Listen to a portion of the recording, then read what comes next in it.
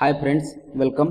I am S.D. Farande and today we are going to discuss the design of fasteners, which is a screwed fasteners. Today we are going to discuss on the points of screwed fasteners. What is a screwed fasteners and what are the advantages and disadvantages of screwed fasteners and what are the applications of it. Then what are the types of screw fasteners, what is the terminology for screw, and what are the stresses induced in screwed fasteners. These points we are seeing today. Let's start. Screwed fasteners. A screw thread is formed by cutting a continuous helical groove on cylindrical surface. A continuous single helical groove is known as a single threaded or single start. म्हणजे जो screw असणार आहे त्याचा जो surface जर बघितला हा cylindrical form मध्ये आहे आणि त्याच्यावरती आपण एक हेलिकल फॉर्म मध्ये एक थ्रेड कट करत जाणार आहे, त्यालाच ग्रू कट करत जाणार आहे, त्यालाच आपण काय म्हणत असते, थ्रेड म्हणत असते. मग हा जर सिंगल स्टार्टेड असेल, सिंगल हेलिकल ग्रू असेल त्याला म्हणतो आपण सिंगल स्टार्टेड, आणि जर मल्टिपल असेल तर त्याला आपण म्हणणार आहे multiple. If second groove is cut into the space between the groove of first then it is double threaded. म्हणजे पहिला जो थ्रेड आपण प्रोड्यूस केलेला आहे त्या सिलेंड्रिकल सरफेस वरती जो स्लॉट प्रोड्यूस केला आहे, ग्रू प्रोड्यूस केला आहे, त्या ग्रूच्या मध्ये परत एक आपण जर ग्रू फॉर्म केला तर तो असणार आहे double start. Similarly it may be triple or quadruple start means multi start.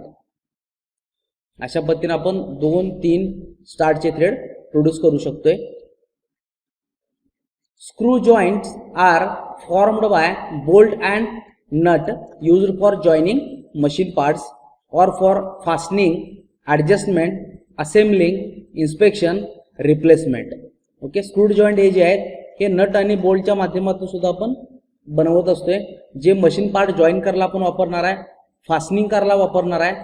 Fastening म्हणजेच काय, विदाउट बोल्ट सुद्धा आपण वापरतो, डायरेक्ट स्क्रू वापरत असतोय आपण. काही ऍडजस्टमेंट वापरत असतोय, दोन पार्टची असेंब्ली करण्यासाठी वापरणार आहे, इन्स्पेक्शन पर्पज किंवा रिप्लेसमेंटसाठी सुद्धा आपण स्क्रूड फास्टनर्स यूज करत असतो. These are the screwed fasteners. Screwed fasteners are also known as a threaded joints or bolted joints. What are the advantages of screwed fasteners? These are convenient to assemble and disassemble. हे screwed joint वापरून एखादी assembly करणं किंवा ती assembly dismantle करणं हे सोयीस्कर जाते, आपल्याला सोपं जाते. Highly reliable in operation. याचं ऑपरेशन जे आहे, याचं वर्किंग जे आहे, फंक्शन जे आहे हे रिलायबल आहे. त्या स्क्रूड जॉइंटवरती आपण विश्वास ठेवू शकतोय. Screw joint are adopted in various operating conditions. वेगवेगळ्या ऑपरेटिंग कंडिशनला आपण अडॉप्ट करू शकतो याला. म्हणजे टेम्परेचर असेल किंवा ॲटमॉस्फेरिक कंडिशन असेल किंवा केमिकल रिॲक्शन असेल, या सगळ्यामध्ये तो म्हणजे प्रत्येक ऑपरेटिंग कंडिशनला आपण तो वापरू शकतोय. Screw are relatively cheap to produce due to standardisation. आता मार्केटमध्ये आपण जर बघितलं, स्क्रू हे सगळे स्टँडर्ड डायमेन्शनचे मिळतात. म्हणजेच काय, मास प्रोडक्शनमध्ये आपण स्क्रू मॅन्युफॅक्चरिंग करत असते, त्यामुळं हे आपल्याला चीप प्राइसमध्ये मिळत असते.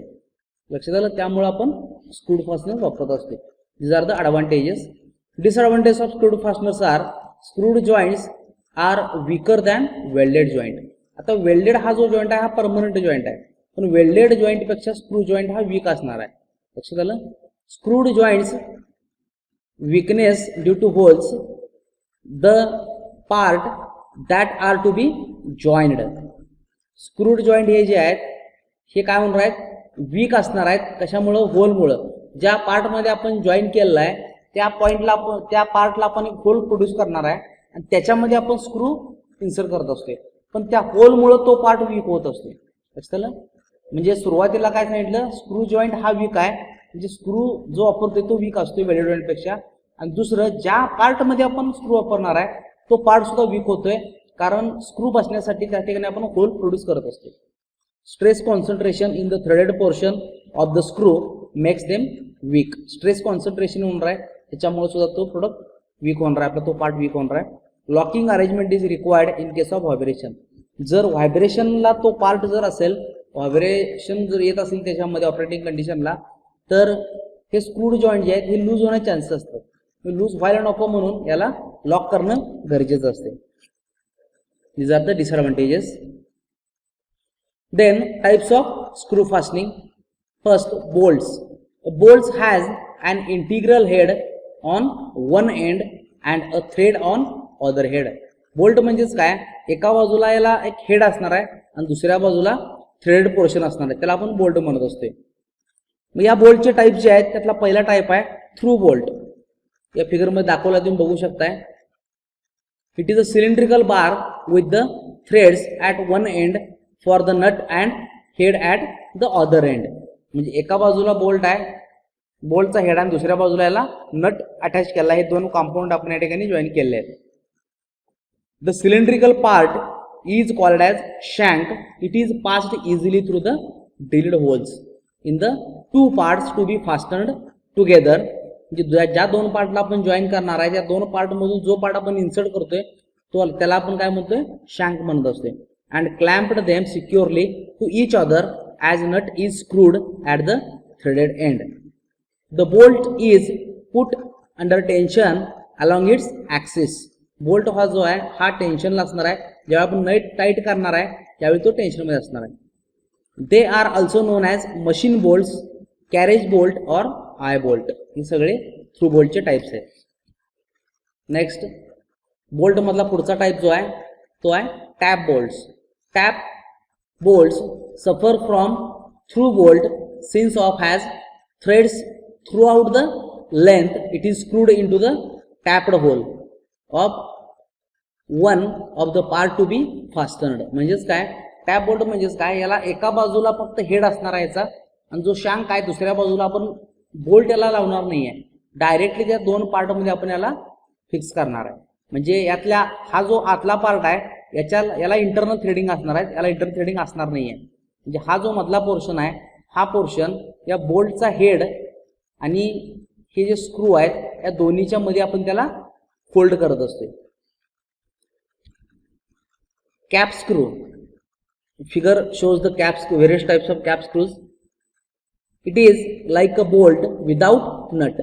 याला नट असणार नाही आहे. It passes through clearance hole in one part and screws into tapped hole in the other. दुसऱ्या पार्टच्या टॅप होल मध्ये आपण याला स्क्रू करणार आहे.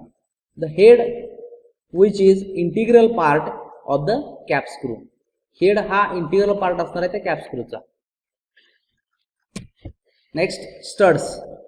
स्टडची फिगर आहे तुम्ही बघू शकताय. स्टडला सुरुवातीच्या पोर्शन थ्रेडिंग असणार नाही आहे, त्यानंतर थ्रेडिंग पार्ट असणार आहे. It is round shape and is threaded at both ends. It passes through clearance hole on one part and screw permanently into tapped hole in the other part.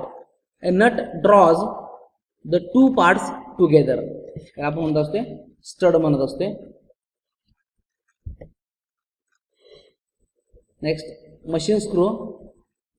It is small fastener than cap screw. Cap screw पेक्षा हा थोडासा लहान असणार आहे.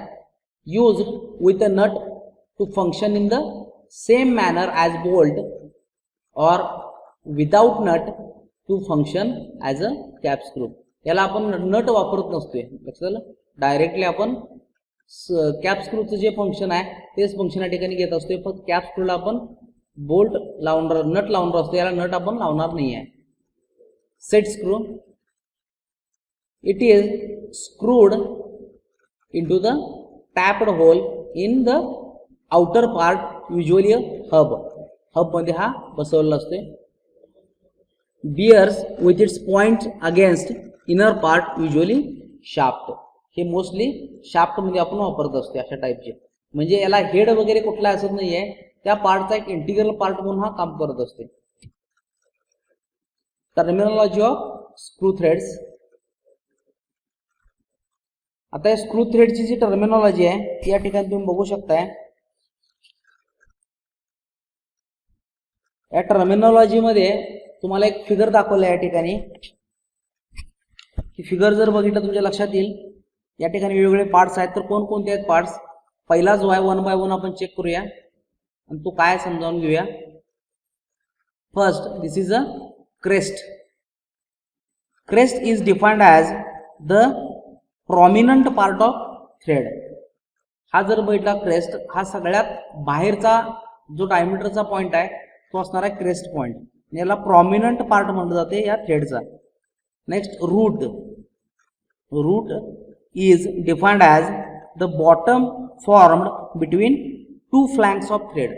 हे जे दोन flank आहेत या दोन फ्लँकचा जो बॉटम आहे त्याला आपण रूट म्हणणार आहे. नेक्स्ट आहे flank. These are the flanks. जी ही जी साइड कॉर्नर आहे याला म्हणतोय आपण flank. Flank is a straight edge which connects crest and root. Crest आणि रूटला कनेक्ट करणारे स्ट्रेट एजेस आहेत. नेक्स्ट आहे thread angle. It is also known as a included angle. Thread angle defines as the included angle between the two flank of threads. दोन flank of thread मधला जो included angle आहे त्याला आपण म्हणणार thread angle. Next, there are three diameters: major or outside or nominal diameter. Major diameter defines as the largest diameter of an external or internal screw thread. आता हा external screw thread आहे. यातला जो largest diameter आहे तो असणार आहे major diameter. This major diameter is also known as a nominal diameter. Any screw or bolt is always specified by this nominal diameter. म्हणजे या नॉमिनल डायमीटरच्या साहाय्याने त्या स्क्रूचं आपण स्पेसिफिकेशन देत असतो. मेजर डायमीटर और nominal diameter is denoted by D suffix O. DO. DO या लेटरनं आपण याला डिनोट करणार आहे.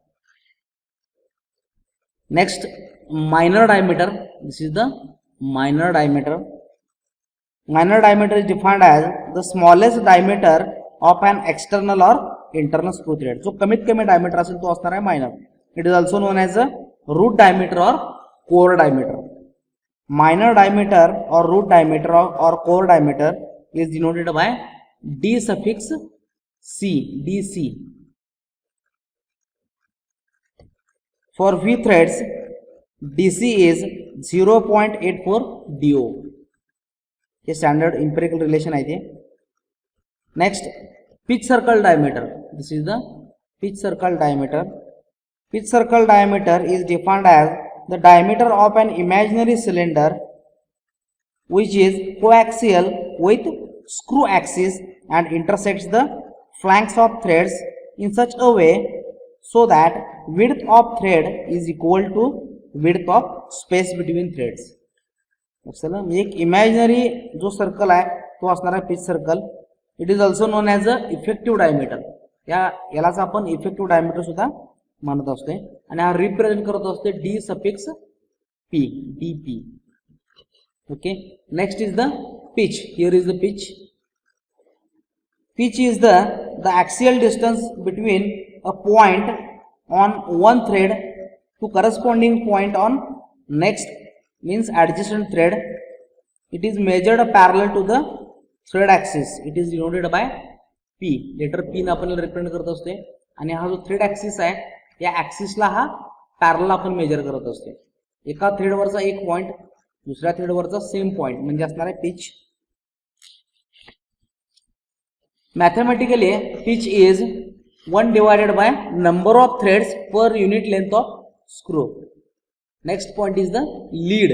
या ठिकाणी लीड दाखवलेलं नाहीये. लीड म्हणजे काय? The linear distance traveled by screw in upward or downward direction when it completes one revolution or rotation.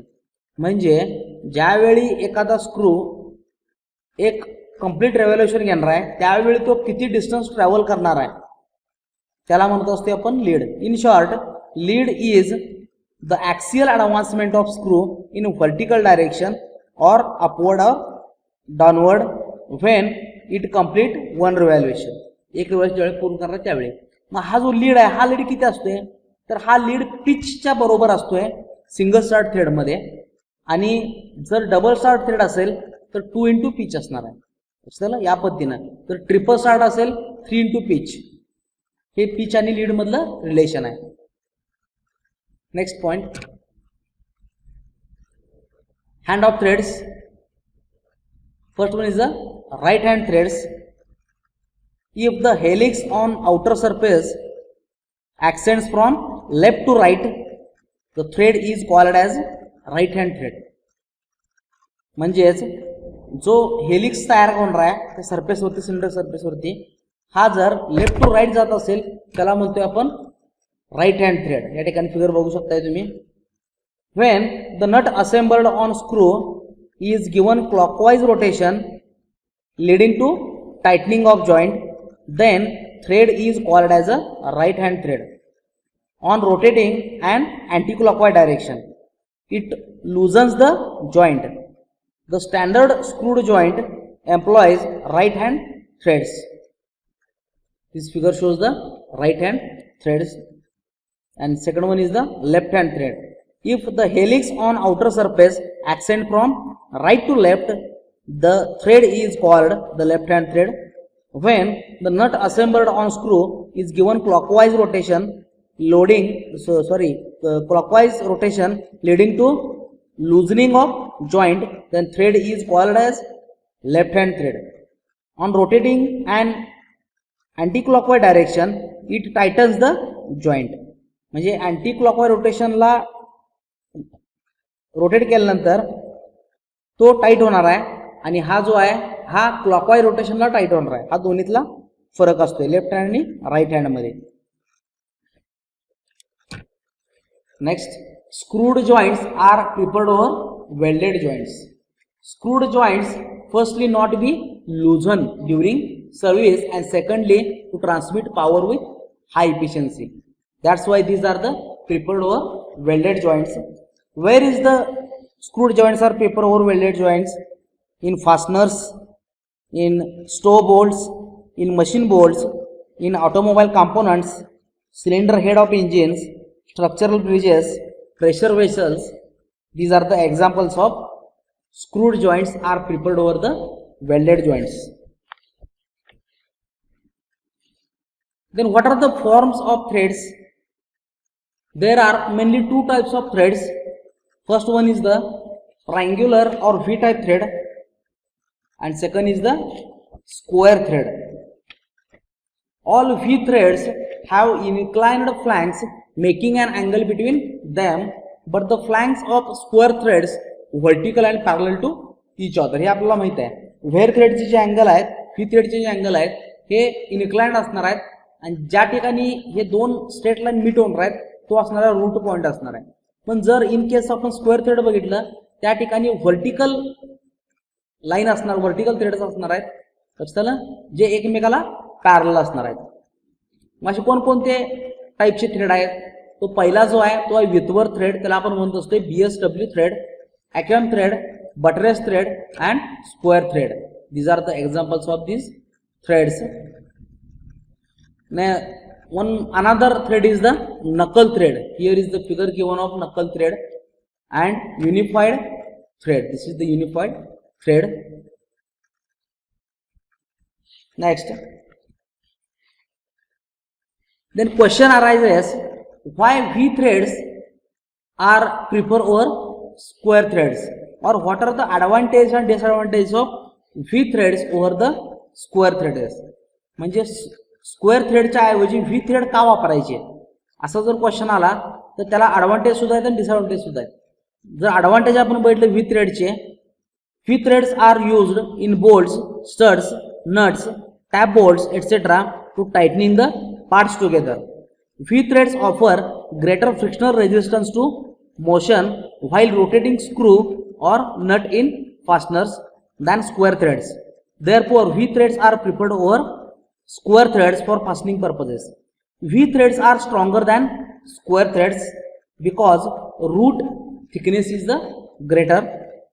V threads are cheaper because they are easy to cut using a die or machine. These are the advantages of V threads.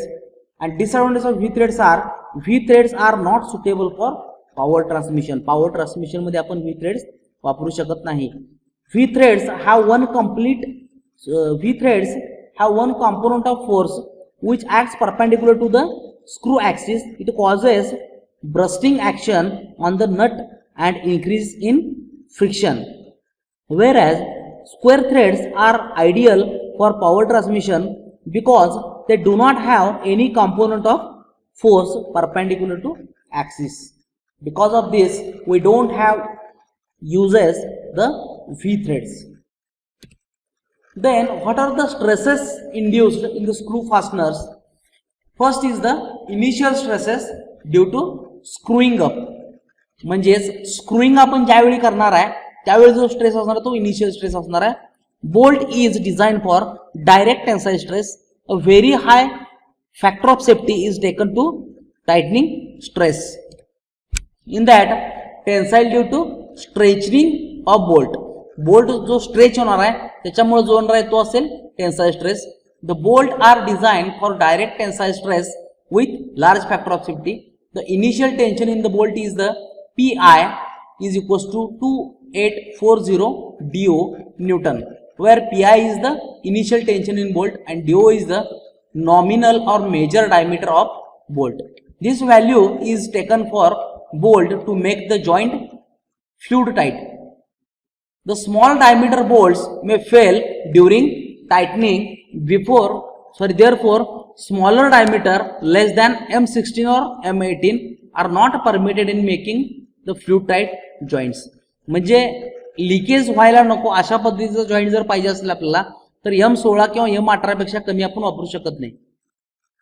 If bolts is not initially stressed, then the maximum safe axial load which may be applied to it is P is equals to permissible stress into cross sectional area at the bottom of the thread, that is the stress area. म्हणजे हा initial stress आपल्याला बोल्टला द्यावाच लागणार आहे. लक्षात ठेवा stress area किती असणार आहे π/4 d + dc divide by 2 bracket square. d is the mean diameter of screw or pitch diameter. dc is the core diameter which is 0.84 do. Next torsional shear stress. Due to twisting movement the bolt is subjected to torsional shear stress which can be found by torsional equation. T divided by IPA is equals to tau s divided by R is equals to G theta divided by L. From this we will calculate the torsional stress. Tau s is equals to 16T divided by pi dc cube, where IP is the polar moment of inertia and T is the twisting moment. Shear stress across the thread मध्ये जो shear stress असणार आहे तो आपण बघणार आहे. The average shear stress for screw is obtained by tau S is equals to P divide by pi DC B into N, where small B is the width of thread at the root section. The average shear stress across the nut हा झाला स्ट्रेसचा स्क्रूचा. त्यानंतर असणार आहे नटचा. Tau N is equals to P divide by pi D O B into n. do is the nominal diameter of nut and small n is the number of threads in contact. Next, bending stress. If the surfaces under the head or nut are have slight eccentric with the axis of the bolt, when the outer surface of the part of the bolt that to be connected have eccentric with each other, then the bolt is subjected to bending action. म्हणजे जो head आहे आणि जो bolt आहे याच्यामध्ये gap जर जास्त असेल तर तो बेंड होणार आहे. The bending stress induced in the shank of the bolt is given by equation sigma B is equals to X E upon 2L. This is the equation for bending stress for screwed joint, where X is equals to difference in height between the extreme corner of nut or head. Capital E is the modulus of elasticity or Young's modulus of the material of the bolt, and L is the length of the shank of the bolt. Compression or crushing stress in thread. The compression or crushing stress between the thread of the screw nut is given by the equation sigma B is equals to P divided by pi into do square minus dc square into n. Second stress is the stresses due to the external forces. Due to external load, the bolt is subjected to following stresses. First one is the tensile stress. The bolts or screw is subjected to tensile force to carry a load in the direction of the bolt axis, which is given by the formula sigma t is equals to p divided by pi by 4 dc square, where dc is under root 4p divided by pi sigma t. So dc is known as a core diameter, and if there are n number of bolt to resist the external load, number of bolt असेल तर काय असणार आहे, sigma t is equals to p divided by pi by 4 dc square into small n. The value of dc will be taken from the standard table or calculate considering porous thread dc is equals to 0.84 do. Next is the shear stress. The bolt are used to prevent the relative movement of the two or more part as in flange coupling. Then the shear stress is induced in the bolts. The shear stress should be avoided as far as possible. The bolts are subjected to direct shear load and they should be located in such a way that the stress should be taken up by body and not upon the threaded portion. जे threaded portion ना तो load घेणार आहे, त्याची body load घेणार आहे. The shear stress induced in the bolt is given by tau s is equals to p divided by pi by 4 do square into, and do is the major diameter or nominal diameter, and do is the under root 4p divided by pi tau s n. Next, combined tension and shear stress. आता हे combine stresses ज्यावेळी आपण consider करत असते त्यावेळीचा formula आपल्याला माहिती आहे, आपण मॅक्झिमम टेन्साइल आणि मॅक्झिमम शिअर कन्सिडर करत असते. When bolt is subjected to both tensile and shear load, then the diameter of the shank of bolt is obtained from shear load and that of threaded part from the tensile load. The combined load should be checked by principal stresses. Maximum principal tensile stress is sigma t max is equals to sigma t upon 2 plus 1/2 into bracket under root sigma t square plus 4 tau square, and maximum shear stress is tau max is equals to 1/2 under root sigma t square plus 4 tau square. Sigma t max and tau max should be less than the permissible stress, means which is always less than the design stress. Stresses due to combined forces. Bolts are subjected to direct tensile and twisting moment due to screwing up and external forces. Example is steam engine cover plate subjected to initial tightening load and external load of steam pressure. Then the resultant load on the bolt is approximately equal to the sum of the initial tension and the external load. The resultant load on bolt is the P is equals to Pi. Pi is the initial stress or initial load, Pi plus A divided by 1 plus A into P2. Therefore P is equals to Pi plus K into P2. Instead of this bracket I can write K, where K is the A divided by 1 plus A. Pi is the initial tension due to tightening of the bolt and P2 is the external load on the bolt. A is the ratio of elasticity of connected part to the elasticity of bolt. For soft gasket and large bolt, the value of A is high and the value of A divided by 1 plus A is approximately equal to unity. Soft gasket material जर असेल तर अशा वेळेला एक value घेत असतो, आपण unity value consider करत असतो, के ची व्हॅल्यू. के म्हणजेच काय, A divided by 1 plus A, and A is the ratio of elasticity of connected part to the elasticity of bolt. Then the standard values of K is given by the table. The joint is a metal to metal joint, then value of K is the 0 to 0.10, and the joint is hard copper gasket, the value of K is the 0.25 to 0.50. The joint is soft copper gasket with long through bolt, the value of K is 0.50 to 0.75, and the joint of soft packing with through bolt, the value of K is 0.75 to 100, and the joint of soft packing with studs, the value of K is 1. This is the screwed fasteners. Thank you friends.